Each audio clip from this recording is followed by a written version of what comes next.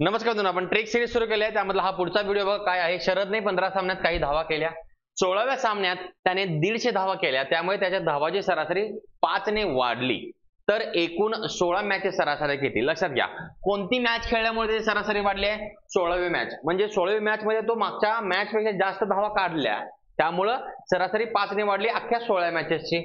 त्यामुळं 16 मॅचेस मध्ये एकूण जी सरासरी किती वाढली बघूया. 16 गुणिले 5 एकूण जी सरासरी वाढली ती 80 झाली. बरोबर. सुरुवातीला त्याने किती धावा काढल्यात? 150. 150 जर आपण ह्या 80 मधून मायनस केलं तर आपलं उत्तर येतं 70.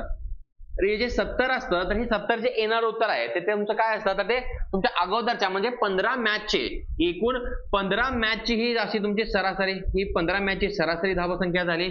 आता तुम्हाला काय म्हटलं की एकूण 16 मॅचची सरासरी किती? मग एकूण 16 मॅचची किती? 15 मॅचची सरासरी आहे 70. 16वी मॅच खेळल्यामुळे सरासरी 5 ने वाढली म्हणजे झाली 75. तर तुमचं उत्तर काय आहे या ठिकाणी? ऑप्शन क्रमांक 3 हे तुमचं उत्तर आहे. जर तुम्हाला समजलं असेल तर हा पुढचा प्रश्न तुमच्यासाठी आहे, नक्की कमेंट करून सांगायचा आहे. व्हिडिओ आवडल्यास नक्की लाईक करा, शेअर करा. जय हिंद.